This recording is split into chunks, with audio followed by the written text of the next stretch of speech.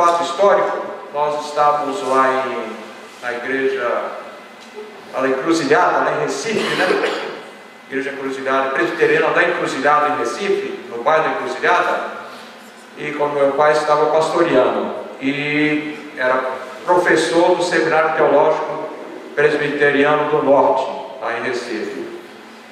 E nós, crianças, né, eu, meus irmãos, éramos 6, né, faleceu o Augusto com 12 anos, né, e eu tinha 13, então foi uma perda, era meu companheiro, né, de brincadeira, de infância, né, eu era mais chegado. E naquela época eu me lembro que é um fato assim que eu quero rememorar, porque nós sofremos muito, né? Porque como pastor, meu pai como pastor e também como deão do seminário, naquela época, aquela crise, né, que houve lá,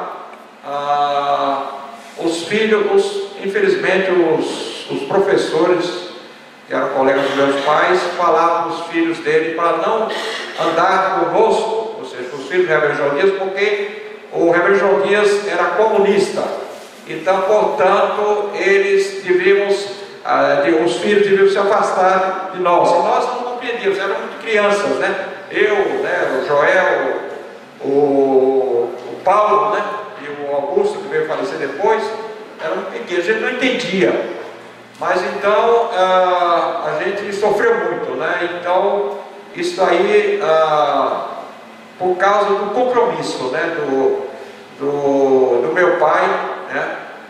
Compromisso que ele tinha como cristão, né? Então a gente indo no cerne, todos aqui teólogos, pastores, sabem que o cerne de Cristo é um compromisso integral, ou seja, é o reino, né? Então é aqui que a gente tem que trabalhar, não só a alma lá, né, salvar, mas o corpo também, né, ressuscitar. Então é o resgate integral, né, do ser cristão. Então eu vou começar o texto, 35 anos de história da IPU, que ele fala que vai de 10 de setembro de 78 a 10 de setembro de 2013. Então, cujo título é o que sonhamos, o que alcançamos e o que falta alcançar. Então, ele pede, né, pede uma licença aqui, ele sauda ao meu pai, né, o Reverendo João Dias e a Itamar Coelho, Dias de Araújo. Ele sauda todos, né, todos os irmãos da IPU, saudações do Reverendo João Dias, presbítero Itamar Coelho Dias de Araújo. Não podemos estar presentes nessa grande comemoração de aniversário, transmitem através do seu filho, sou eu, João Dias de Araújo Filho, né, as cordiais saudações cristãs no Senhor, que Deus coroe de bênçãos esse encontro fraterno. Amém. Então ele manda aqui um abraço, falei com ele hoje de manhã, ele mandou um abraço a todos e ficou sentido não estar aqui, né? Mas Deus está operando, né? Está abençoando, está operando. Ele, graças a Deus, está bem de saúde, continua sendo professor do Seminário Teológico Batista, lá em Teologia Sistemática, lá no Feira de Santana. Graças a Deus, até hoje ele é professor lá. Então, desculpe, eu esqueci de apresentar. Eu estou com a minha esposa aqui, Maria de Lúcia Andrade Araújo. Ela está aqui, da Eclesiana, da Igreja Presbiteriana Unida, lá de Jardim das Oliveiras, em São Paulo, e que foi revisora desse último livro do meu pai. Ela é editora, é jornalista, editora de livros. Ela foi a última revisora do livro, esse último, Inquisição de Fogueira, o último texto, edição, última edição. Ela foi quem fez a revisão do texto, né? Então, irmãos, introdução. Nas comemorações do Jubileu de Prata da IPU, de 10 de setembro de 2013, aqui em Atibaia, apresentei à 8ª Assembleia Geral uma palestra intitulada As Bases de Atibaia, na qual apontava os 5 fundamentos que serviram de alicerces para a nova igreja que nascia, com o nome de FENIP, Federação Nacional de Igrejas Presbiterianas. Hoje, nessa comemoração dos 35 anos da IPU, vamos apresentar o que conseguimos alcançar dos sonhos que tivemos e de como devemos prosseguir em busca do que sonhamos. Então, na primeira fase do presbiterianismo, primeira fase do presbiterianismo da fonte. Isto é, como devemos hoje estar muito mais ligados ao presbiterianismo do tempo da Reforma, ao lado do presbiterianismo mais ligados aos tempos da Escócia e da Confissão de Fé e Catecismo de Westminster, implantado em nossas placas pelo presbiterianismo norte-americano. Sem desprezar as nossas origens, a IPU tem procurado ajustar dessa proposta vários aspectos, a começar com a mudança de termos da administração eclesiástica como moderador em vez de presidente, secretário-geral em vez de secretário executivo, conselho coordenador em vez de comissão executiva, Assembleia Geral em vez de Supremo Concílio. Em termos no feminino, palavras como pastoras, presbíteras e diaconisas. Essa mudança de nomenclatura revela mudanças de doutrinas e de práticas. A principal realização desse aspecto foi a produção e promulgação dos princípios de fé e ordem da Igreja Unida, Presbiteriana Unida, que foram redigidas, discutidas em nível local e regional e depois aprovada a partir da terceira Assembleia Geral de 1993, quando foi adotado o nome IPU, Igreja Presbiteriana Unida do Brasil, e que continuou com modificações e acréscimos nas Assembleias Gerais até o dia de hoje.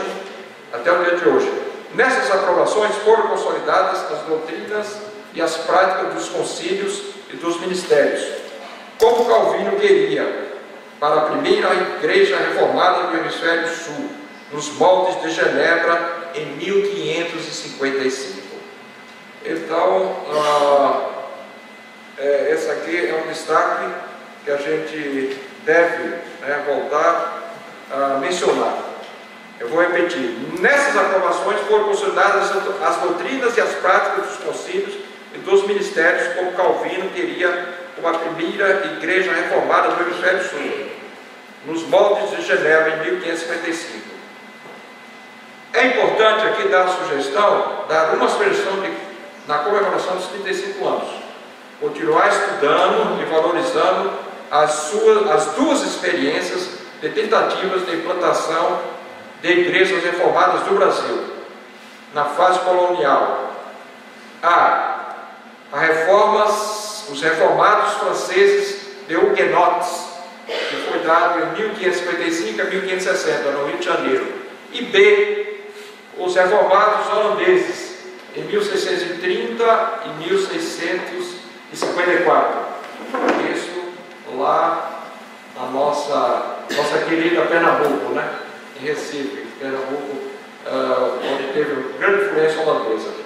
Essas experiências foram pioneiras no protestantismo e da pós-reforma, tem riquíssimas sugestões para nós hoje. Reforma redigida e proclamada no Brasil. As tentativas dessas duas experiências de fazer da vida das sociedades que encontraram no Sudeste e no Nordeste. Que a continuação desses estudos seja feita através de lições da escola dominical para as várias faixas etárias das igrejas. Estamos gratos a Deus pelas bênçãos de a IPU já está produzindo e editando sua literatura na escola dominical. Que essa atividade continue nos nossos conselhos coordenadores nacionais. Só um parênteses aqui.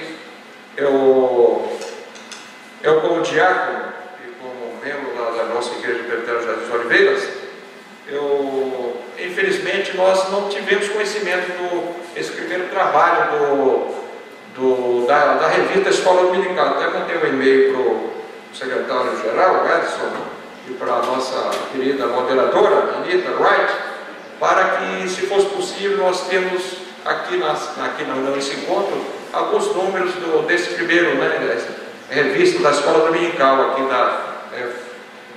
da IPU, né? Então é muito importante, esses estudos de nossos teólogos e pastores, que fizeram esse trabalho. Então, a segunda base, a ênfase ao reino de Deus. Em vez de valorizarmos apenas a pregação e a prática da salvação da alma, fazer como Jesus e priorizar o anúncio e a prática do Evangelho do Reino. Repetindo, em vez de valorizarmos apenas a pregação e a prática da salvação da alma, fazer como Jesus, priorizar o anúncio e a prática do Evangelho do Reino. Todas as vezes que eu sou convidado para pregar durante o culto de comemoração de aniversário de uma igreja da IPU, e uso o texto bíblico dos Atos 17, versículo de 1 a 9, comparando com Tessalonicenses, capítulo 1, versículo de 5 a 9, que apresentam uma pequena igreja anastoiaca. Os teólogos aí que são como é que se diz? São da área do grego e do hebraico, é uma pequena igreja chamada anastoiaca, isto é, igreja de alvoroçadores do mundo, igreja de alvoroçadores do mundo, pois foi essa acusação que os inimigos fizeram aos magistrados de Tessalônica, contra aquele pequeno grupo de cristãos. E pergunto aos membros da igreja que ouvem o sermão: essa igreja que hoje aniversaria já foi honrada e elogiada como semelhante acusação? E qual foi a causa principal dessa acusação? Foi a causa pela pregação de Paulo e Silas, que anunciavam em Tessalônica e para todo mundo, oicomênio, que havia um outro rei Basileia Hetero, que não se chamava César, mas Jesus. Por isso esse grupo de cristãos não aceitam o imperador e são contra os seus decretos que exigiam que o imperador fosse adorado como Deus, Senhor e Rei. Ao ouvir essa acusação, os magistrados da cidade prenderam a liderança da pequena igreja para as devidas averiguações. Mas a denúncia foi feita e registrada pelo historiador Lucas. E quais foram os aspectos principais desse alvoroço? Paulo nos responde no capítulo 1 da sua Epístola de Tessalonicenses. Primeiro, foi um alvoroço teológico religioso. Muitos habitantes de Tessalônica não aceitaram mais seus deuses frios e mortos, pois haviam encontrado um Deus vivo e verdadeiro. 1 Tessalonicenses 1:9. Aceitaram o Deus vivo que governava o mundo, representado na terra pelo seu Filho Jesus. Assim deve acontecer no Brasil, onde há muitos deuses falsos, como por exemplo o Deus do mercado, erguendo seus templos enormes dentro e fora das cidades e até em igrejas. Hoje devemos nos preocupar e lutar mais contra esses novos deuses do que contra a idolatria enoteísta do catolicismo popular. Repetindo, hoje devemos nos preocupar e lutar mais contra esses novos deuses do que contra a idolatria enoteísta do catolicismo popular. Segundo aspecto, foi um alvoroço ético e cultural, porque os tessalonicenses deixaram a ética filosófica e popular do paganismo, que estava centrada no egoísmo, na falsidade e na violência, e adotaram a ética do amor, ensinada e praticada pelo Rei Jesus. Em 1 Tessalonicenses 1, capítulo 1, versículos 6 e 7, tornando-se imitadores do Senhor, entre aspas, imitadores do Senhor, e tornaram exemplos de vida prática e de vida ética para as igrejas novas fundadas pelo apóstolo Paulo. Terceiro, foi um alvoroço social, atingiu as massas populares e as esferas do poder. No versículo 4 dos Atos 17 está descrito esse acontecimento. Entre as distintas mulheres estavam esposas dos magistrados de Tessalônica. O Evangelho infiltrou-se na esfera do poder, a cidade mudou. Mais tarde na história do cristianismo, Tessalônica recebeu duas referências positivas: a cidade ortodoxa e também baluarte do cristianismo oriental. Tudo isso aconteceu porque aqueles alvoroçadores do mundo pregaram e viveram o Evangelho do Reino. A terceira base, uma igreja ecumênica. Na terceira base de Atibaia, apresentada na palestra em 2003, uma saída de uma igreja sectária para uma igreja ecumênica. Terminei apontando para a necessidade de aprofundamento da compreensão do ecumenismo que defendemos na IPU. Eu apresento agora uma reflexão sobre o assunto, baseada na palavra esclerocardia. Esclerocardia é uma palavra que ainda não existe na língua portuguesa. Portanto, é um neologismo de origem grega que deve ser integrada no vocabulário da teologia, como sugestão do autor, Reverendo João Dias, desse texto, para incluí-lo na reflexão sobre o ecumenismo. É uma palavra que, segundo o registro dos evangelhos sinóticos, saiu dos lábios de Jesus, quando ele discutia com os fariseus sobre a questão do casamento e do divórcio, que está em Mateus 19, capítulo 19, versículo 8, e em Marcos 10, 5.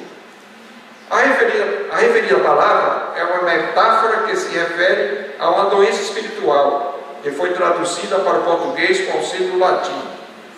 O latim se diz, traduzido do latim, duritium cortis, como dureza do coração, quer dizer, dureza do coração. A primeira parte dessa palavra é escleros, que é usada na medicina para designar alguma anomalia que se caracteriza por algum endurecimento em órgão ou tecido do corpo, às vezes causado até pelo envelhecimento dos tecidos, como por exemplo a arteriosclerose. Se a palavra cardioesclerose,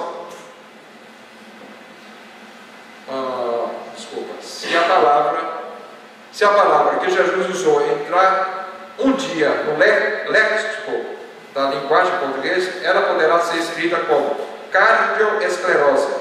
O primeiro e mais grave sintoma da esclerocardia é provocar o mal-estar que acaba produzindo um divórcio. A palavra estranhamento, foi usada pelo grande teólogo Paul Tillich para descrever uma das primeiras consequências do primeiro pecado humano. E depois, repetiram, a palavra estrangement foi causada pelo grande teólogo Paul Tillich para descrever uma das principais consequências do primeiro pecado humano. E depois do Éden. Quando o Criador, as Escrituras, Adão e Eva, entre parênteses, e a criação, Gênesis 3, começaram a se estranhar e depois separaram-se.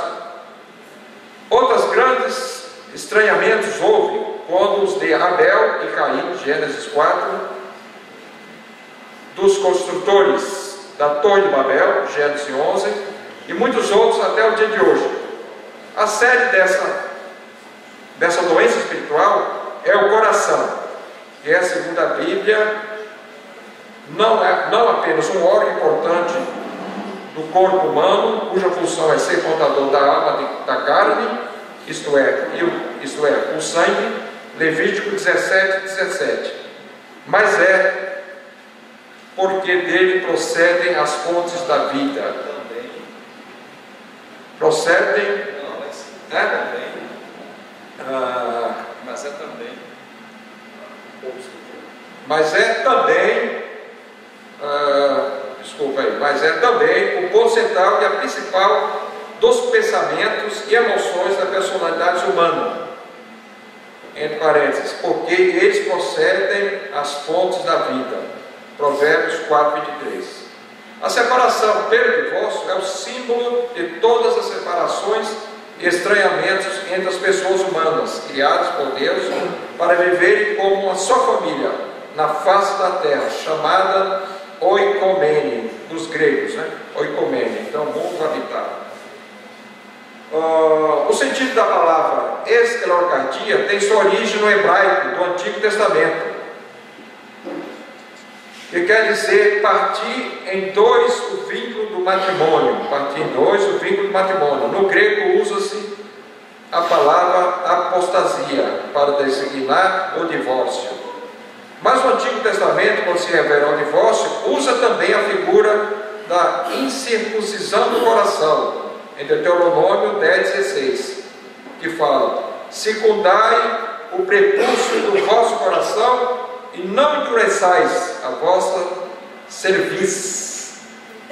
O apóstolo Paulo, mais tarde, torna a usar essa figura em sua soterologia, que está em Romanos 2:29, Filipenses 3:3 e Colossenses 2:11.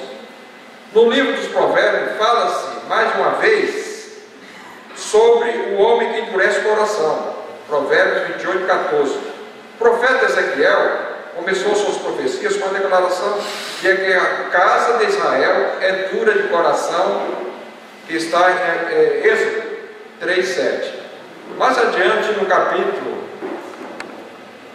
36, versículo 26, Deus promete: tirarei de vós o coração de pedra e vos darei coração de carne, para a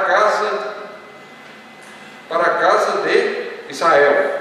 A figura da pedra chama a atenção para o sentido da esclerocardia, isto é, dureza do coração que produz o divórcio, isto é, separação do casal, quebrando o vínculo matrimonial que Deus estabeleceu para a unidade da família. E aqui ele destaca: deixará o homem pai e mãe e se unirá à sua mulher, tornando-se dois, uma só carne. E Jesus acrescenta: portanto, que Deus uniu, o homem não deve separar. Mateus 19:6. Diante dessa afirmação de Jesus, os fariseus que discutiam com ele perguntaram: por que mandou então Moisés dar a carta de divórcio e repudiar? Que está em Mateus 19:7. E Jesus respondeu: Moisés, por causa da dureza de vossos corações, vos permitiu, mas desde o princípio não era assim. Então Moisés aí, ele fez essa consideração, e Jesus respondeu que Moisés, por causa da dureza dos nossos corações, vos permitiu, mas desde o princípio não era assim. O que Deus uniu, o homem não deve separar. E aqui está em latim: cum ergo Deus post hoc non separat. Está em latim. Esse preceito do Senhor Jesus aplica-se não só à união do casal e à união da família, fruto do matrimônio, mas à família humana que Deus planejou quando instituiu o matrimônio. Crescei e multiplicai, enchei a terra e sujeitai-a. Está em Gênesis 1:28. Quando Deus escolheu Abraão e a sua família, não pensou apenas em uma família, mas em ti serão benditas todas as famílias da terra. Está em Gênesis 12:13, Gálatas 3:6-9. Então podemos cantar como salmista: o Senhor pertence à terra, e tudo nela se contém, o mundo e os que nele habitam. Está em Salmo 24:1. Nessa última expressão aparece a palavra hebraica tebel, que os tradutores, eu pedi a orientação dele, da 70ª, verteram para o grego, que quer dizer que esses tradutores foram os tradutores do hebraico para o grego na 70ª, né? Foi antes de Cristo, foi 70 anos antes de Cristo, se eu não me engano. Verteram para o grego, usando a palavra oikomene, isto é, o mundo todo habitado.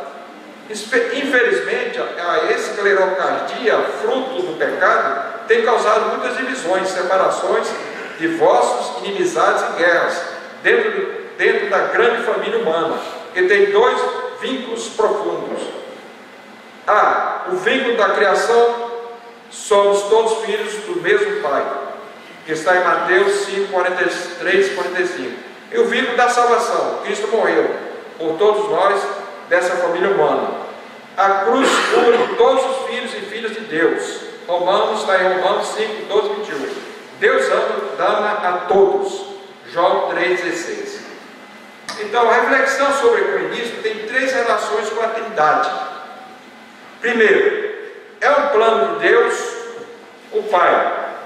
Deus planejou que do primeiro casal surgisse a primeira família, para se multiplicar pela face da terra e se tornar na grande família com todos os seus membros, vivendo debaixo da abóbada celeste, que se fosse numa mesma casa. Dessa origem vem a primeira parte da palavra oikomene, o termo grego oikos, que quer dizer casa habitada, de onde vem o verbo oika, que quer dizer habitar, morar. Essa é a tradução grega da palavra hebraica tedel, isto é, todos os habitantes da terra, como propriedade de Javé, que está em Salmos 24:1. O Pai de todos os seres humanos. Todos os esforços seculares ou religiosos para reunir a família humana na terra são esforços ecumênicos. E aqui cita como a ONU, a Organização das Nações Unidas, e todos os órgãos, as competições esportivas, olímpicas, copas, torneios mundiais, encontros mundiais de todas as religiões e outros. Então, o segundo aspecto, é o sonho de Deus, o Filho.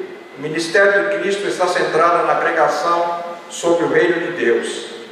E o que essa mensagem significa para toda a humanidade? Para cumprir esse sonho, Jesus orou com seus discípulos. A oração sacerdotal, implorando e intercedendo pela unidade de todos os seus seguidores, a fim de que todos sejam um, e como és tu, ó Pai, em mim, e eu em ti, também sejam em nós, para que todo mundo creia que tu me enviaste, e que sejam aperfeiçoados na unidade, para que o mundo conheça que tu me enviaste e os amaste, que está em João 17, de 8 a 11, e que a gente salienta que esse é um versículo, que está em João 17, de 8 a 11, que é baluarte do trabalho tanto do Conselho Mundial de Igrejas, como aqui da CONIC, Conselho Nacional de Igrejas Cristãs do Brasil. Esse versículo do João. Na Epístola dos Efésios, o apóstolo Paulo descreve as ações de Cristo construindo a unidade entre os filhos de Israel, os demais povos da terra, que está em Efésios 2, 12 a 22, que eu cito aqui o Efésios 12, de 12 a 22, aproximados pelo sangue de Cristo, derrubando a parede da separação que estava no meio, a inimizade, fazendo a paz, reconciliar-se ambos em um só corpo com Deus por meio da cruz, destruindo por ela a inimizade. Sois a família de Deus, portanto, lutar pela unidade é cooperar para que o sonho de Cristo seja realizado. Terceiro aspecto, é uma operação de Deus para o seu Espírito Santo, quando o Espírito Santo regenera, converte e santifica uma pessoa, constrói a união dessa pessoa com Cristo e com todos aqueles que passaram pela mesma experiência de conversão. É a grande doutrina da união com Cristo, que para nós é de grande valor na reflexão teológica sobre a unidade, porque se já estamos unidos pelo Espírito, não podemos criar a unidade, mas sim testemunhar essa unidade já realizada. Em Cristo somos todos um, e o Espírito Santo deu prova disto quando no dia histórico da fundação da primeira igreja cristã do mundo, em Jerusalém, no dia de Pentecostes, reuniu pessoas de todas as nações debaixo do céu. Atos 2, 5 a 12. Para testemunhar as grandezas de Deus.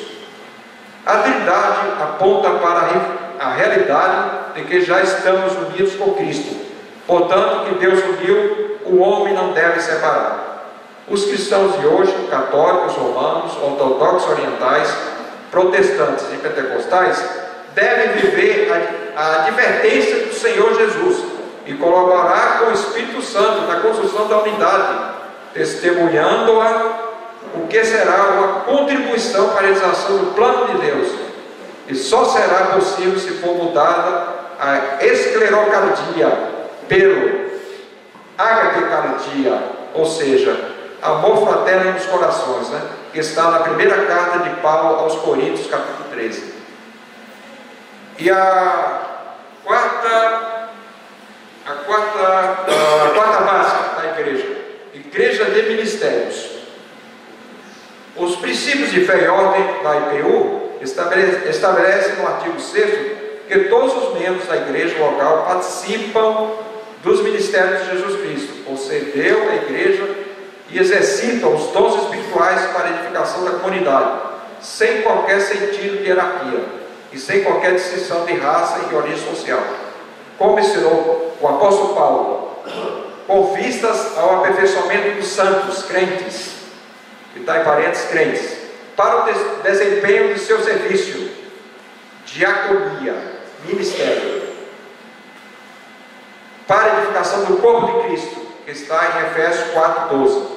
Foi com essa finalidade que Cristo escolheu alguns ministérios especiais para formar a totalidade dos ministérios da comunidade total. A IPU entende assim e assim pratica desde Atibaia, em 1978. Agora, aos 35 anos, precisamos reafirmar e desenvolver mais essa característica desse novo modo de ser igreja, continuar aprofundando o sentido bíblico e teológico práticos. Precisamos valorizar mais doutrina. 2. Precisamos dar mais ênfase à preparação dos ministérios, valorizando o ministério feminino. 3. Não é ainda pequeno o número de pastores da IPU? Ele pergunta. Não é ainda pequeno o número de pastores da IPU? Onde estão as novas pastoras? Será que temos um número suficiente de presbíteras e diaconisas em nossas igrejas? Por que será que João Calvino declarou que na igreja de Cristo não devia haver freiras, mas sim diaconisas? Nesses ministérios, além de atendermos às necessidades dentro da comunidade eclesial, devemos destacar a ação da igreja local, na cidade ou no bairro. Vamos pedir licença para darmos exemplo da nossa experiência pastoral. Aí fala o reverendo João Dias, está pedindo licença aqui para ele falar sobre a experiência pastoral. Na Universidade Estadual de Feira de Santana, está desenvolvendo uma pesquisa no Departamento de História, a nível de mestrado, sobre a atuação do protestantismo ecumênico e progressista em Feira de Santana, através de 4 projetos nessas últimas décadas, desenvolvidos pelos presbiterianos. Primeiro projeto, AFAS, Associação Feirense de Ação Social, que tem por finalidade tirar os mendigos da rua da cidade para dar-lhes assistência, orientação e educação. O projeto cresceu tanto que a igreja não pode mais mantê-la, e a prefeitura teve que assumi-lo. Até hoje está funcionando. A prefeitura então assumiu esse projeto. Segundo projeto, SIM, que é o Serviço de Integração dos Imigrantes. Na ajuda aos mendigos, a igreja local descobriu que muitos deles eram moradores de outras cidades do interior do estado e de outras áreas do Nordeste e do Norte do Brasil, e que paravam em Feira de Santana, que era o maior entrocamento rodoferroviário dessas regiões, para depois viajar para o Sudeste. Os migrantes, depois de terem esse curso, eles viajavam para as regiões Sudeste e Sul do Brasil. Nesse projeto, sim, cerca de 25 mil migrantes receberam abrigo, assistência, documentos, alfabetização, saúde e aprendizado profissional até a década de 1980. Terceiro projeto, CNTE, Comissão Evangélica dos Direitos da Terra, fundada em 1982, quando os presbiterianos descobriram que a maioria dos migrantes eram de pequenos e pobres lavradores que fugiam da seca e das injustiças e, apavorados, queriam tentar nova vida em outras regiões do Brasil. O projeto tem como objetivo fixar o homem no campo, e o homem no campo, dando estímulo e orientação sobre o valor de suas associações e sindicatos de trabalhadores rurais, para que não migrem para as outras regiões e permaneçam no interior da Bahia. É uma pena que o reverendo, que trabalhou muito nessa questão lá, essa questão complexa que é a questão da terra, todo o Nordeste, e aqui basicamente na Bahia, reverendo José Cardoso. E eu não sei se ele está ainda entre nós, ou se já foi, né, para estar com Deus, mas ele trabalhou, era um pastor que trabalhou muito. Então meu pai teve um trabalho muito, meu pai e todos os pastores daquela região tiveram um importante trabalho nessa questão da grilagem na governo terra na Bahia. Então só é uma consideração. E há outro projeto, a CNTE já completou 30 anos, desculpa, eu falei CNTE, como eu já falei, né? Aqui, o projeto tem que ser certo. Continuando, a CNTE já completou 30 anos de atividades em várias regiões do interior da Bahia. E o quarto projeto, Escola Erasmo Braga. A igreja tem uma congregação num dos bairros mais pobres da cidade, chamado Rua Nova. Ao redor da congregação havia cerca de 89 crianças sem escolas, e parte deles frequentava a congregação. A igreja reuniu em assembleia, resolveu fundar uma escola para aquelas crianças na sede da congregação. A família deu uma presbítera, ampliou o prédio e logo a escola começou a funcionar, recebendo o nome do grande educador presbiteriano Erasmo Braga. Era a segunda vez que a igreja usava esse nome em projeto de educação. Hoje a escola funciona em 3 turnos em convênio com o Estado, atendendo a mais de 1000 alunos. Assim, os presbiterianos de Feira de Santana estão ajudando a cidade e a região na solução dos problemas. Os 2 primeiros projetos, AFAS e SIM, foram realizados sob a liderança do reverendo Josué da Silva Melo. E nós está presente em nosso encontro aqui. Está pastor de Feira de Santana. E aí, todos nós conhecemos, foi moderador, né? E de sua esposa, presbítera Tecta. Os 2 seguintes, CNTE e a Escola Erasmo Braga, foram sob a liderança do reverendo João Dias e de sua esposa, presbítera Itamar. Vale salientar aqui que essa presbítera, essa irmã que ofereceu a casa para esse projeto da Escola do Erasmo Braga, se eu não me engano, foi Radcliffe. Não sei se é a irmã Radcliffe, né? Presbítera Radcliffe. Que foi quem ofereceu a casa lá para esse projeto. Então, a quinta base, diferença entre um código de disciplina e a ética cristã. Quando a IPU nasceu, seus eclesianos já estavam cansados de códigos. Além dos códigos impostos pelo ordenamento jurídico da sociedade civil, ainda tinha os códigos dentro da igreja, principalmente um código de disciplina juridicamente arquitetado.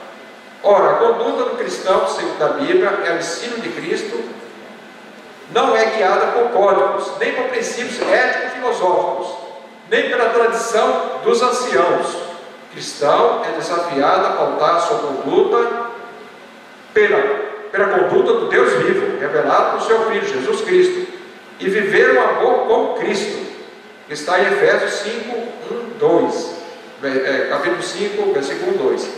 O que caracteriza o cristão? É o fato de ele ser testemunha, Atos 1, 8. de Jesus. E o testemunho dele deve ser positivo, cristocêntrico e comunitário. Como expliquei detalhadamente no capítulo 2 do meu livro, Lições para Catecúmenos Ser Cristão Hoje, republicado pela EPU em 1992.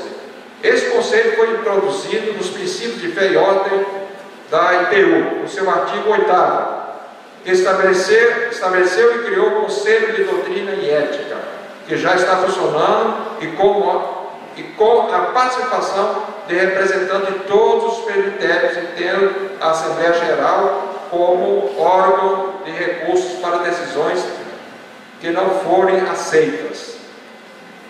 Esse Conselho de Doutrina e Ética tem a sua atividade baseada em 2 pontos doutrinários: o pastoral e o perdoador, que está no artigo 26 do princípio de fé e ordem. Segundo o princípio defendido por João Calvino, de que a igreja existe como um auxílio, uma ajuda, entre parênteses, subsidia em latim, para que os seus eclesianos consigam viver a fé na mensagem de Cristo. Devemos continuar aperfeiçoando essa prática. Então, concluindo o trabalho. Há 35 anos estamos lutando com o auxílio do Espírito Santo para vivermos uma nova forma de ser igreja. Devemos continuar sem esmorecer, sem perder o ânimo de vestirmos a camisa da IPU, entusiasmando aos mais jovens a alvorarem bandeira que hasteamos em Atibaia, que em cada igreja local haja um espaço visível e que apareça ao artigo 3º do princípio de fé e ordem como as 6 finalidades da existência da IPU. Será que estamos procurando cumprir essas 6 metas? Pergunta o reverendo João Dias. Conservar os sonhos alcançados e continuar buscando aqueles sonhos que ainda não alcançamos, sabendo que quando sonhamos juntos é mais fácil realizarmos. Relembramos a realização da consulta missionária, realizada em Vargem Grande Paulista, em São Paulo, em 19 a 23 de setembro de 1990, cuja publicação foi intitulada Sonhos em Parceria, porque foi realizada pela IPU, juntamente com a Igreja Presbiteriana Independente do Brasil e com a PCUSA, Igreja Presbiteriana dos Estados Unidos, que formavam a Missão Presbiteriana do Brasil.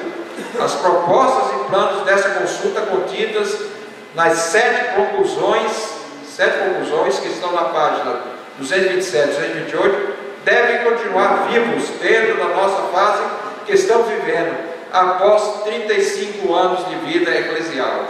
Então esse é o texto que o reverendo João Dias mandou para a igreja e Deus abençoou, né, nessa árdua tarefa que ele, como pastor humilde, né, Deus deu a sabedoria, mas que é um pastor humilde que está a serviço dos mais pobres, né? Esse aqui é o perfil do pastor que está compromissado, né, com o seu reino, né? Ou seja, que está preferencialmente está pastoreando aos pobres. E nós lembramos aqui que foi um dos grandes pastores que tiveram trabalho com o meu pai, foram o reverendo Dom Paulo Evaristo Soares, o reverendo Dom Helder Câmara e Paulo Evaristo Soares, o reverendo Jaime White, né, que também foi um pastor que nos apoiou muito a meu pai nos trabalhos dele, né, na pastoral dele, e todos os outros, né, que contribuíram com a sua parceria como pastor. Então nós queremos agradecer ao plenário ter paciência de ouvi-lo, e infelizmente o reverendo João Dias não pôde participar, mas manda um abraço a todos e Deus o abençoe a todos. Amém.